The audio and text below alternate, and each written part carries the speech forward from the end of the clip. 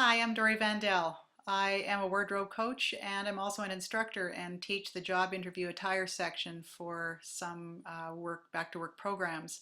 This short video is being prepared for the PIDP 3230 Informal Classroom Assessment Technique assignment for Jeff May. It's likely that most of you watching can recall a time in your education experience when a concept or an idea was absolutely as clear as mud for you. So today we are going to discuss the Muddiest Point, a fabulous classroom assessment technique developed by statistician Professor Frederick Mosteller. The content of this video is step-by-step procedure for the Muddiest Point, the context in which it's best used, its limitations, advantages, and some suggested best practices. What is the Muddiest Point? Well, it's basically the simplest classroom assessment technique there is. It is considered by Angelo and Cross as a remarkably efficient, providing high information return for a low investment of time and energy. It provides information on what students find unclear or confusing about a certain topic or lesson or course for that matter. After reviewing the information that's collected, faculty can use the feedback to discover what is most difficult for students. Then they can review, revisit, emphasize, and discuss the areas of concern for students and make changes necessary. The step-by-step procedure is firstly, you need to know and be really clear about what it is that you want to know. What kind of feedback do you want? Is it about a specific lesson, a lecture, a presentation, or your entire course? So be specific. Also, you need to allow enough time for students to write their responses and for you to collect those responses. You need to let students know how long they will have to answer the question and explain also what it does for them, how it helps you as an instructor and how it helps them as a student. It's great if you also can explain to your students how you will use the information. Adult learners like to know that what they're doing is valuable and not a waste of time. Also, you'll need to provide index cards or paper for the students to write on and submit their responses to you. You will need to collect the cards. You can do that in person, or you can create or have your students create a Muddiest Point box and have them drop those responses into that. And then you're going to need to respond feedback in a timely fashion. Is it going to be the next class, the next session? You'll need to let your students know exactly when that's going to take place as best you can. So the question then that you'll pose to your students is one like this or something like this. What is the muddiest point in this session, lecture, lesson for you? In other words, what is the least clear? According to Angelo and Cross, this can be used in almost any setting, but is best used for larger, lower division classes.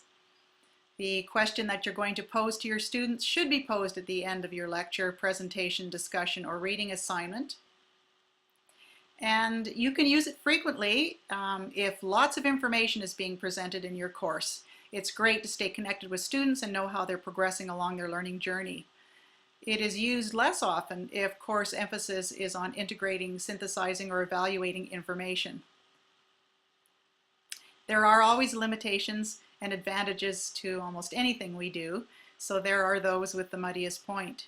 Some of the limitations are that it requires higher order thinking, and some students do struggle with analyzing their thoughts and being able to record them. Some students struggle with being articulate and have difficult time in expressing themselves. So explaining and writing down what is troubling them is difficult for them. Also, the focus of the Muddiest Point is on what is not being understood, so has a negative aspect to it as far as your lesson and course goes.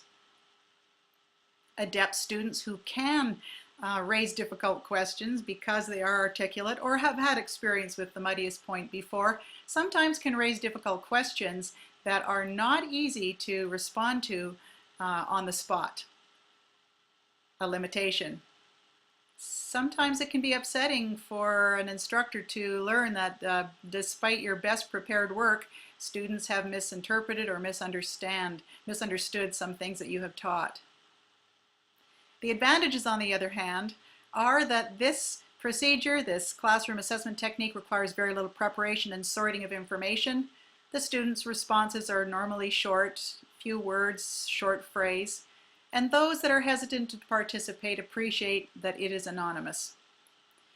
This assessment technique also provides a quick diagnosis of difficulties and helps instructors to revise or adapt future lessons.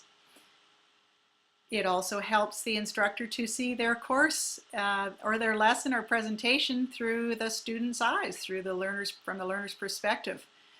Angelo and Cross suggest that it promotes student listening, self-assessment, introspection, critical thinking, questioning, and studying, a definite advantage. It also lets the instructor know exactly where the students really are in the learning process. The Muddiest Point can be adapted. It can be done as a homework or out-of-class reading assignment. It can be great to send it home and have it come back and be presented to the class. Or you could have students read drafts of each other's work and name a Muddiest Point. You could also, at each class after the Muddiest Point has taken place, you could have a few students categorize and summarize the data and present it to the class. It also is great if you can let the students know that the Muddiest Points that have been reviewed in class will be on the next exam. Here are some best practices for the Muddiest Point. Be really clear about the time that you are providing for the students to answer the question. Allow them 5 to 10 minutes and let them know. Advise them on how long feedback may take. Will it come at the next session, the next class? Maybe not, but be clear.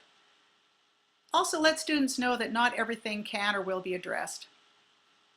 Explain how to best answer the question. Having students just say, "I didn't get it," is not going to help you with your feedback. So explain to students that you're looking for something more specific. I didn't understand this certain concept. I didn't understand that certain idea or thought. With the Muddiest Point, avoid overuse. The negative aspect should not become the focus of your course or lesson.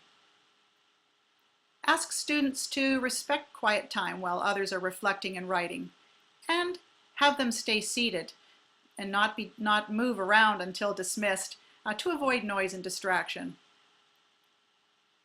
Sometimes it's possible to feel hurt as an instructor or angry or disappointed if students are confused over topics that you believe you presented very clearly. Don't respond when you're angry or upset. Take a big deep breath and wait. Try not to spend too much time reviewing the Muddiest Point so that your course loses its momentum. Also, be clear that not all Muddiest Points can be cleared up quickly. Some take more time to reflect about to best address the Muddiest Points. Feedback is very important and needs to be provided in a timely fashion. If it will be the next session, that's great. If it's not going to be, communicate that you may need some more time. Feedback can be addressed through discussion, or it can be actually presented in a handout after information has been collected. I hope this formative and informative classroom assessment technique video has helped to clear the mud for you. Thank you very much for watching. All information for this video was taken from these references provided. If you need more information or help regarding classroom assessment techniques, please check them out. Thank you.